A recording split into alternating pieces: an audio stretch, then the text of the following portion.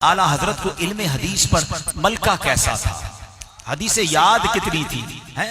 आपसे सवाल हुआ, लोग कहते हैं कि मक्की मदनी मुस्तफा सल्लल्लाहु तआला अलैहि वसल्लम को दाफिउल बला यानी मुसीबत दूर करने वाला कहना शिर्क है, आप बताइए इसके बारे में। आला हजरत ने उसका जवाब लिखा, सुनो 300 हदीसें जिक्र फरमाई।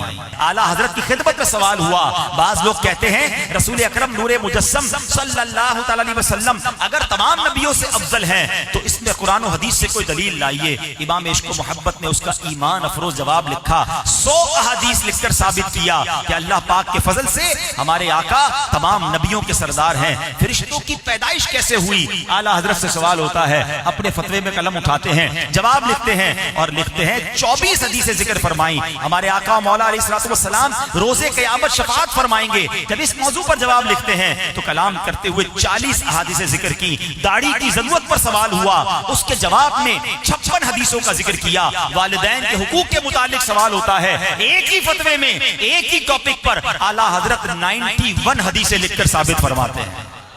इल्म का दरिया हुआ है मौजज़न तहरीर में जब कलम तूने उठाया।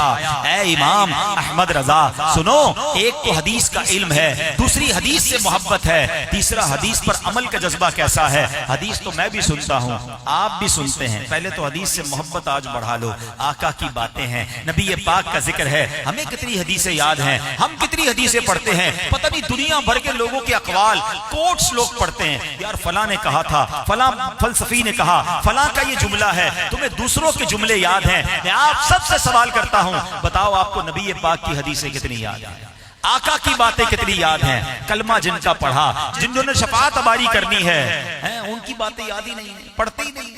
ऐसा ना करो, हमारे सीने में नबी पाक की बातें होनी चाहिए। ये सीना मदीना बना लो, आका की यादों का खजीना बना लो। सुनो, आला हजरत को हदीसें तो हजारों लाखों याद थी, अमल कैसा था।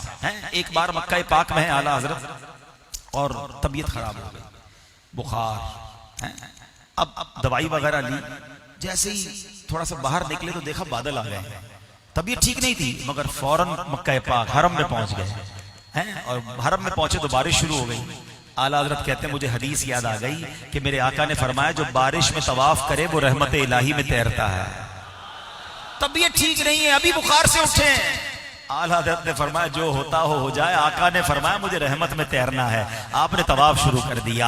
हदीस पढ़ी भी है, अमल का जज्बा भी है, हदीस पर यकीन भी है। एक बार आला हज़रत की आंखों में कुछ प्रॉब्लम हो गया, डॉक्टरों ने कहा किताब छोड़ दीजिए, पढ़ना छोड़ दीजिए, लिखना छोड़ दीजिए, वरना बीनाई चली जाएगी, इतने साल बाद आपकी बीनाई खत्म हो जाएगी। आला हज़रत को किसी ने कहा 15 दिन तो छोड़ें। आप कहते हैं 15 मिनट किताब नहीं छोड़ सकता, मुझे फतवे देने, उम्मत की रहनुमाई करनी है, नेकी के कामों का अंबार है। डॉक्टर मना करते, हकीम मना करते, कहा नहीं मानोगे आंखें चली जाएंगी। आला हजरत को हदीस याद आई, मेरे आका ने फरमाया है किसी बीमार को देखकर जो कोई ये दुआ पढ़ ले, अल्हम्दुलिल्लाहिल्लज़ी आफानी मिम्मा इब्तलाका बिही व फद्दलनी अला कसीरिन मिम्मन खलक़ तफ़दीला, तो फिर आका फरमाते हैं किसी बीमार को देखकर, परेशान हाल को ये दुआ पढ़ ले, वो मुसीबत उसे नहीं होगी, वो मुसीबत से महफूज रहेगा। आला हजरत ने मोतिये की बीमारी वाले एक शख्स के पास जाकर उसको देखकर ये दुआ पढ़ ली, कलम ना छोड़ा, किताबें ना छोड़ी। कहते डॉक्टर कहते बीनाई चली जाएगी। जब से दुआ पढ़ी है 30 साल हो गए हैं, आंखें सलामत हैं।